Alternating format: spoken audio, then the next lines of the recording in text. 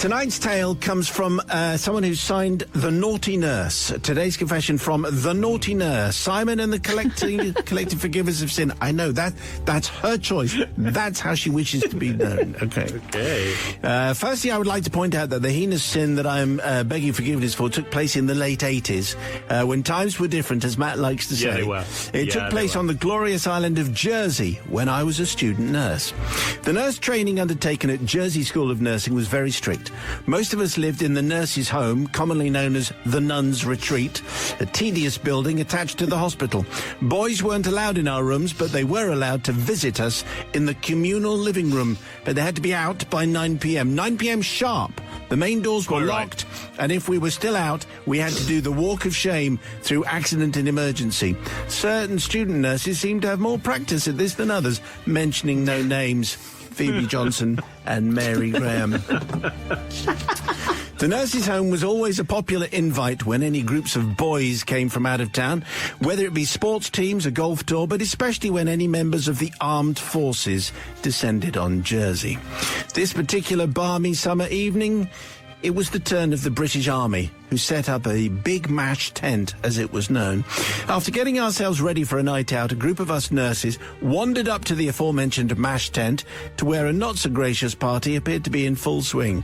After making our way to the bar and starting to enjoy the ambience of the evening, my eyes and those of a tall, rugged, well-built redhead, which I have always had a penchant for, locked across the crowded mash tent.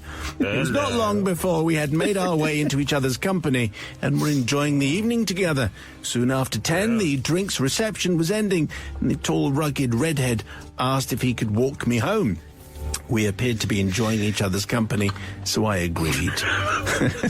On the walk back, I declined the offer of going for a drink as I was working the next day. I was thinking, well, this could be the man of my dreams, as one does when you're in your mid-20s, or at least I did, until he started becoming, well, to put it mildly, a bit of an idiot. Oh, no. What a surprise.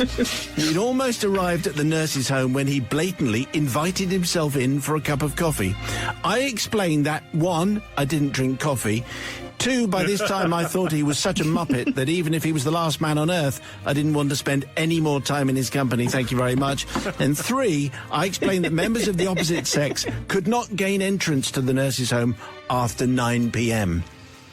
He replied to me very smugly and very arrogantly, "I am in the SAS, I'll have you know."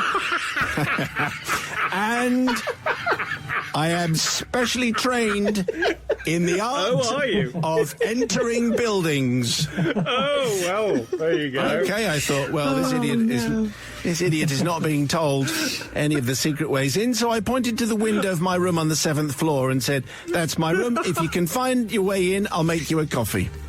After which, I walked away with a casual glance over my shoulder and a "nice meeting you" night then, and proceeded to do the walk of shame up the ramp towards A&E. As I got about halfway up the ramp, I heard a loud crash and a bang and a string of expletives, which I ignored and just carried on up the ramp, giggling away to myself. I returned to my room and enjoyed a reasonably early night before my early shift with the fearsome sister the next morning. Upon arriving in the ward the next day, I was aware of a sense of unsettlement, if that's a word. This was compounded by one of the night shift students, a friend of mine, just staring at me. As we got to the male orthopedic bay, the sister said words to the effect of, "We don't know who the patient in seabed is. All we know he's in the army and he fell down the drop by the porter's cabin whilst trying to follow a student nurse into the hospital." She seemed to scan the room with those eyes coming to rest on each of the 4 students. She then said he must be very important because some very important army men are coming to pick him up very shortly.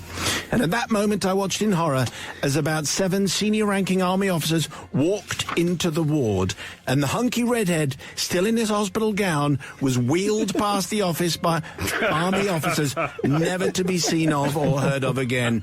He didn't look like the possible man of my dreams now. He was all bandaged up and looked like he was from one of the Carry On movies, to be perfectly honest.